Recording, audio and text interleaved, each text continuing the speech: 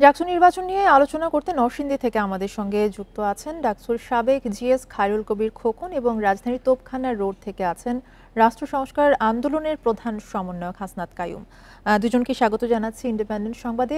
শুরুতেই যাচ্ছি খায়রুল কবির খোকনের কাছে। আপনার কাছে জানতে চাইব যে ডাকসু নির্বাচনে কারচুপি এবং অনিয়মের অভিযোগে ভোট বর্জন করেছে ছাত্রদলের 4টি প্যানেল। এই বিষয়ে আপনার কি পর্যবেক্ষণ? ধন্যবাদ কে কানেক্ট করার জন্য। তো এই আপনারা দেখলাম যে গত একদিন আগে ডাকসু নির্বাচন হয়ে গেল। সেই ডাকসু নির্বাচন নিয়ে যে আকাঙ্ক্ষা প্রত্যাশা ছিল যে অবাধ সুষ্ঠু গ্রহণযোগ্য এক উৎসবমুখর পরিবেশে হওয়ার কথা ছিল, সেটাও হয়নি। সেটা অনেক বিতর্ক আমরা দেখেছি। সেখানে দেখেছি কিভাবে মানে রিগিং হয়েছে এবং কারচুপির অভিযোগ এসছে, বিভিন্ন সংগঠন তারা বর্জন করেছে এবং আমরা দেখেছি যে ম্যানিপুলেট করা হয়েছে, ভোট ইঞ্জিনিয়ারিং করা হয়েছে এবং একজন পুলিং অফিসার সে ভোট দিতে গিয়ে সে একটি প্যানেলের পক্ষে ঐক্যবদ্ধ শিক্ষার্থী জোটের পক্ষে ভোটটা একটি সিল ধরা পড়েছে এবং তাকে থেকে অব্যাহতি দেওয়া হয়েছে জিয়াউর রহমানের নামে একজনকে। সেইভাবে আমরা দেখেছি যে পরবর্তীতে আমাদের বাংলাদেশ জাতীয়তাবাদী ছাত্র দলের যে প্যানেল, সেই প্যানেলের পক্ষ থেকে আবিদ হামিদ মহিদের প্যানেলের পক্ষ থেকে 12টি স্পেসিফিক সুস্পষ্ট অভিযোগ উত্থাপন করা হয়েছে যে সেখানে কিভাবে অনিয়ম করা হয়েছে, কিভাবে ব্যালট পেপার বাইরে নিয়ে সিল দেওয়া হচ্ছে এবং সেই কর্তৃপক্ষের অভিযোগ করার পরও তারা কোনো আমলে নেয়নি। এইগুলো নেওয়ার কারণে সেখানে নির্বাচনের যেভাবে হওয়ার কথা ছিল সেইভাবে নির্বাচন অনুষ্ঠিত হয়নি। আমরা দেখেছি ওবামা যে স্বতন্ত্র প্রার্থী সহ প্রত্যাখ্যান দুপুরবেলা থেকে বলছে যে ডাকসু নির্বাচনটা সঠিকভাবে শিক্ষার্থীরা তারা ভোট দিতে পারছে না। 80% ভোট কাস্ট দেখানো হয়েছে কিন্তু 80% ভোট আদতে কাস্ট হয়নি এবং সেখানে দেখা যায় যে যদি একটি ভোট সেখানে ধরা পড়ে থাকে, আগে থেকে দেওয়া হয়েছিল 810টি ছিল বুথ ছিল, সেই 810টি বুথের মধ্যে যদি মানে 4টা 5টা 10টি করে এরকম জাল ভোট দেওয়া হয়ে থাকে বা ইঞ্জিনিয়ারিং করে দেওয়া থাকে, তাহলে কত ভোট হবে? তো 5-7 হাজার 10,000 ভোট মানে ভোট হয়ে যেতে পারে। অসংখ্য ভোট হয়তো তারা দিয়েছে। এইভাবে সেখানে পরিকল্পিতভাবে ফেসিস্ট সরকারের পতিত ফেসিস্ট সরকারের যে ছিল দোষর প্রেতারা ছিল প্রশাসন, সেই প্রশাসন নিরপেক্ষ না, ভাইস চ্যান্সেলর প্রক্টর তাদের বিরুদ্ধে সুস্পষ্ট একটি দলের পক্ষে তারা কাজ করছে এবং তারা পক্ষপাত দুষ্ট, এই বিষয়গুলি বারবার বলা হয়েছে, উত্থাপন করা হয়েছে এবং তারা নিরপেক্ষ ভূমিকা পালন করতে ব্যর্থ হয়েছে। যার কারণে সেই রেজাল্ট আমরা দেখেছি এক পাশে রেজাল্ট হয়েছে এবং সেই রেজাল্ট দেখেছি যে ঐক্যবদ্ধ শিক্ষার্থী জোট সে তাদেরকে বিজয়ী ঘোষণা করা হয়েছে। পরবর্তীতে আমরা দেখেছি নিরপেক্ষতা নিয়ে আপনি বলছিলেন, নিরপেক্ষতা নিয়ে যদি আমাদের সাথে হাসনাত কাইয়ুম আছেন তার কাছে যদি জানতে চাই, আপনি কি বলবেন ডাকসু নির্বাচনে কারচুপি এবং অনিয়মের যে পাল্টাপাল্টি অভিযোগ এই বিষয়ে কি বলবেন আপনি? 3জন শিক্ষক তিনি তারা দায়িত্ব থেকে অব্যাহতি নিয়েছেন, দায়িত্ব থেকে সরে দাঁড়িয়েছেন যে নিরপেক্ষ। আমি প্রশ্নটা করেছি হাসনাত কাইয়ুমের কাছে। সমর্থন দিচ্ছে এবং 4টি প্যানেল প্রত্যাখ্যান করেছে, বর্জন করেছে, তার সাথে আরো 20টি। জনাব খায়রুল কবির খোকন, আমি এই প্রসঙ্গে আপনার কাছে আবারও ফিরবো। আমাদের সাথে হাসনাত কাইয়ুম আছেন, তার কাছে একটু জানতে চাই যে এই ডাকসু নির্বাচনে কারচুপি এবং অনিয়মের যে পাল্টাপাল্টি অভিযোগ এই বিষয়ে আপনি কি বলবেন? এটা দুঃখজনক। আমি বলতে চাই যে ডাকসু নির্বাচনের ফলাফল নিয়ে অনেক অভিযোগ থাকতে পারে, অনেকের রাজনৈতিক অসন্তোষ থাকতে পারে, কিন্তু দীর্ঘ 30 বছর বা এরকম সময় পরে যে নির্বাচন হয়েছে সেই নির্বাচনে প্রত্যেক নির্বাচনেই কম বেশি অনিয়মের অভিযোগ তো থাকেই, কিন্তু এটা এমন মাত্রায় ছিল না যেটা আসলে নির্বাচনকে একেবারেই লালের বয়ড করে দেয় এই নির্বাচন বর্জন করার মতো। এবং জনগণ এই নির্বাচন বর্জন যারা করেছেন, ছাত্ররা কিংবা আসলে জনগণ এটাকে খুব বেশি আমলে নিয়েছে এরকম আমার মনে হয় না।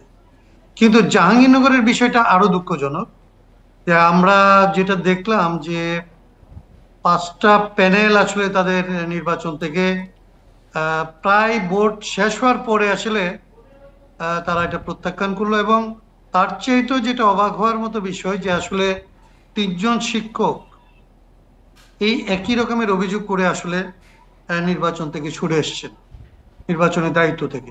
আমার নিজের কাছে যেটা মনে হয় যে ধরেন এই রকমের যে কালচার, নির্বাচন ফলাফল আমার পক্ষে না আসলে সেই নির্বাচনের বিরুদ্ধে অভিযোগ করা, এই রাজনৈতিক মনস্তত্ব থেকে আমাদের বেরোতে হবে। সেটা যাই হোক, যে ধরনের ফলাফলই হোক, সেই ফলাফল মেনে নেওয়ার মতো মানসিকতা নেই। যদি বড় গুরুতর কোনো অভিযোগ না থাকে, যে সমস্ত অভিযোগ নির্বাচনী পদ্ধতির মধ্যে আসলে সমাধান করা সম্ভব, সেই নির্বাচনে অভিযোগ করার জন্য আসলে ব্যবস্থা থাকা উচিত। আর এর বাইরে সাধারণভাবে নির্বাচন বর্জন করার যে প্রবণতা, এইটাকে আসলে পরিত্যাগ করা উচিত বলে আমার মনে হয়। এইটা যদি আমরা বিশ্ববিদ্যালয়গুলিতে এটা না করতে পারি, তাহলে আগামীতে যে নির্বাচন আমরা করতে যাচ্ছি, সেই নির্বাচন আমরা করতে পারবো বলে মনে হয়। আপনি আমাকে শুনতে পাচ্ছেন না মনে হচ্ছে? না না, আমি আপনাকে শুনতে পাচ্ছি। আমি আপনার কাছে আবারও ফিরবো। আমি আরো একবার খায়রুল কবির খোকনের কাছে যেতে চাই। আপনি বিভিন্ন অভিযোগের কথা বলছিলেন কিছুক্ষণ আগে। এই যে ডাকসুতে নানা অভিযোগ থাকলেও কিন্তু ডাকসু প্রশাসনের বিরুদ্ধে সরাসরি ছাত্র শিবিরকে সহায়তার একটা অভিযোগ উঠেছে। কি বলবেন এই বিষয়ে? এটা অত্যন্ত দুঃখজনক এবং এটা তো দৃশ্যমান এবং এটা তো সুস্পষ্টই আমরা দেখতে পেয়েছি যে কতটা নির্লজ্জভাবে আমাদের প্রশাসন যত পক্ষপাত দুষ্ট হয়ে তাদেরকে সমর্থন দিয়েছে। সেটা দেখা যায় যে গত রাত্র শিবিরের কেন্দ্রীয় সভাপতি উনি গিয়ে একটা বৈঠক করেছেন, তাদের সাথে গোপন বৈঠক করেছেন এবং জামাতের প্রতিষ্ঠান থেকে সেখানে ব্যালট পেপার ছাপানো হয়েছে। সেইগুলো আমরা দেখেছি, অতিরিক্ত ব্যালট পেপারও ছাপানো হয়েছে এবং এগুলা অনিয়মের কারণে এবং সেখানে সুষ্ঠুভাবে নির্বাচন হবে না এই শঙ্কার কারণে ৩ জন শিক্ষক তার দায়িত্ব থেকে তিনি অব্যাহতি নিয়েছেন। এবং এটা তো আমাদের খুবই দুঃখজনক। ছোটখাটো ঘটনা করতে পারে, কিন্তু একটি বড় ধরনের যে মানে অনিয়ম এবং কারচুপি এবং যে রিগিং এর বিষয়টা উঠে এসেছে, বিশ্ববিদ্যালয়ের নির্বাচনটা হবে আমাদের অবাধ, সুস্থ, নিরপেক্ষ, ইনক্লুসিভ সুষ্ঠু নির্বাচন, সেটাই জনগণের প্রত্যাশা। ছাত্ররা এতদিন পরে নির্বাচনটা হচ্ছে, সেই নির্বাচনে স্বতঃস্ফূর্তভাবে শিক্ষার্থীরা তাদের ভোটাধিকার পছন্দের প্রার্থীকে, দলকে ভোট দিয়ে নির্বাচিত করবে, তাদের প্রতিনিধি নির্বাচিত করবে।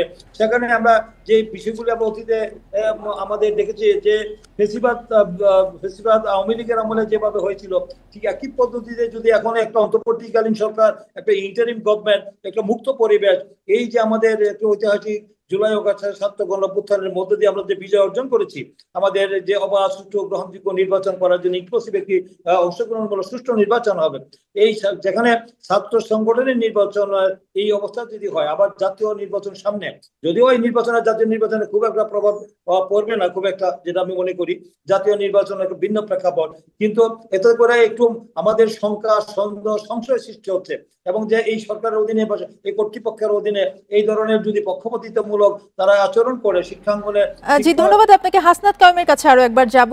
ডাকসু প্রশাসনের মানে বিষয়ে কিন্তু নানা রকমের গাফিলতি এবং অব্যবস্থাপনার অভিযোগ দেখা গেছে এই নির্বাচনে। আপনার কাছে কি মনে হয় এই অব্যবস্থাপনা আসলে কেন? দুর্ভাগ্যজনক যে যখন ধরেন এতদিন পর একটা নির্বাচন হতে যাচ্ছে, যদি আসলে ব্যালট পেপার ছাপানোর অভিযোগ ওঠে যে একটা নির্দিষ্ট দলের কাছ থেকে, যদি আসলে গণনা পদ্ধতির সাথে ব্যালট পেপারের সংযোগের অভিযোগ ওঠে, এইটাকে আসলে কেন প্রশাসনের এই ধরনের পদ্ধতির ভেতর দিয়ে যেতে হয়, এইটার আসলে উত্তর তাদেরকে দেওয়া উচিত। কারণ বাংলাদেশ অনেক কষ্টের ভেতর দিয়ে, অনেক ত্যাগের বিনিময়ে একটা নির্বাচনী পদ্ধতি এখানে আসলে চালু করতে চেয়েছে। সেইখানে প্রশাসনের যদি যোগ সাজস থাকে এবং প্রশাসনের বিরুদ্ধে যদি অভিযোগ ওঠে, নির্বাচন যারা কন্ডাক্ট করবে তাদের বিরুদ্ধে যদি অভিযোগ ওঠে, তাহলে আসলে এইটা সোর্সের মধ্যেই বুথ থাকলে আসলে আমরা আগামী যে নির্বাচন করতে চাই জাতীয় পর্যায়ে, কিংবা ছাত্রদের আরো অন্যান্য যে নির্বাচন হবে, সেগুলি নিয়ে আসলে প্রশ্ন উঠতেই থাকবে। আমার মনে হয় যে এই জায়গাগুলিতে তাদের আসলে ট্রান্সপারেন্ট হওয়া উচিত এবং তাদের কাছ থেকে আসলে আমাদের জবাবদিহিতা চাওয়া উচিত। এই ধরনের ছাত্রদেরকে এবং এই নির্বাচনকে কালিমালিপ্ত করার জন্য কারো অদক্ষতা, অবহেলা কিংবা আসলে যোগ সাজস, এর কোনোটাকে আসলে খুব ছোট করে দেখার কোনো জায়গা নেই। এরকম যদি দলীয় অভিযোগ থাকে, তাদের বিরুদ্ধে আসলে ব্যবস্থা নেওয়া উচিত। জি, আপনাদের দুজনকেই অসংখ্য ধন্যবাদ আমাদের সাথে যুক্ত হবার জন্য।